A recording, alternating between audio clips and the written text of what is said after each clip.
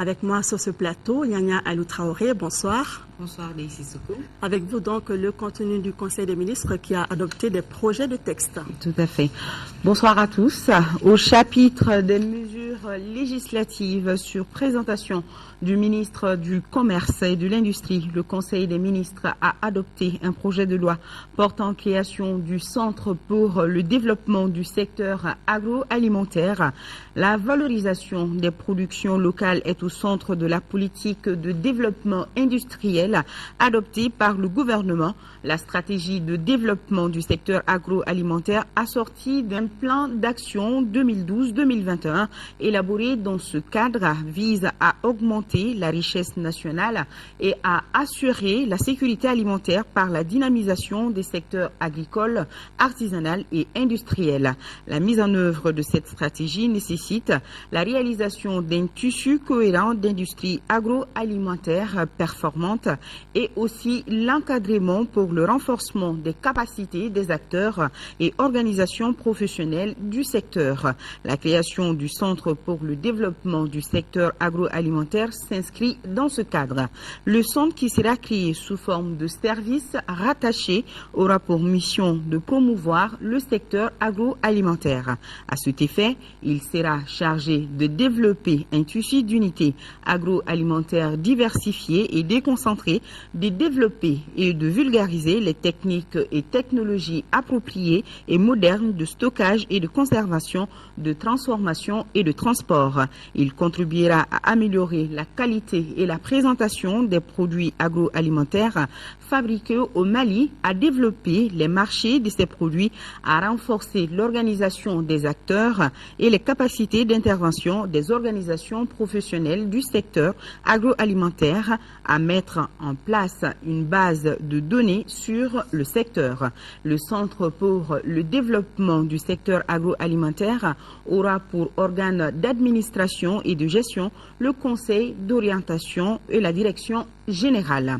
Au chapitre de mesures réglementaires sur le rapport du ministre de la fonction publique et de la réforme administrative, le Conseil des ministres a adopté un projet de décret portant statut particulier des fonctionnaires du cadre des douanes.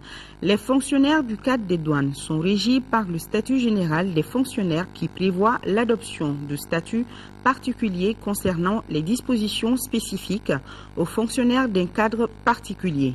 Le présent projet de décret est adopté dans ce cadre. Il vise à doter les fonctionnaires du cadre des douanes d'un statut qui tient compte de l'évolution de l'environnement juridique et institutionnel au plan national et de la spécificité des missions de l'administration des douanes. Ces particularités résident entre autres dans l'exigence d'une formation militaire de base, l'astreinte au port de l'uniforme, des insignes et de l'arme réglementaire et dans les appellations militaires de grade. Le projet de décret précise les modalités de recrutement dans les différents corps. Dans les grades, fixe les dispositions particulières applicables à chaque corps, actualise les appellations militaires de grade et définit les droits et devoirs des fonctionnaires du cadre des douanes. L'adoption du statut particulier du cadre des douanes permettra à l'administration des douanes de gérer efficacement son personnel. 2.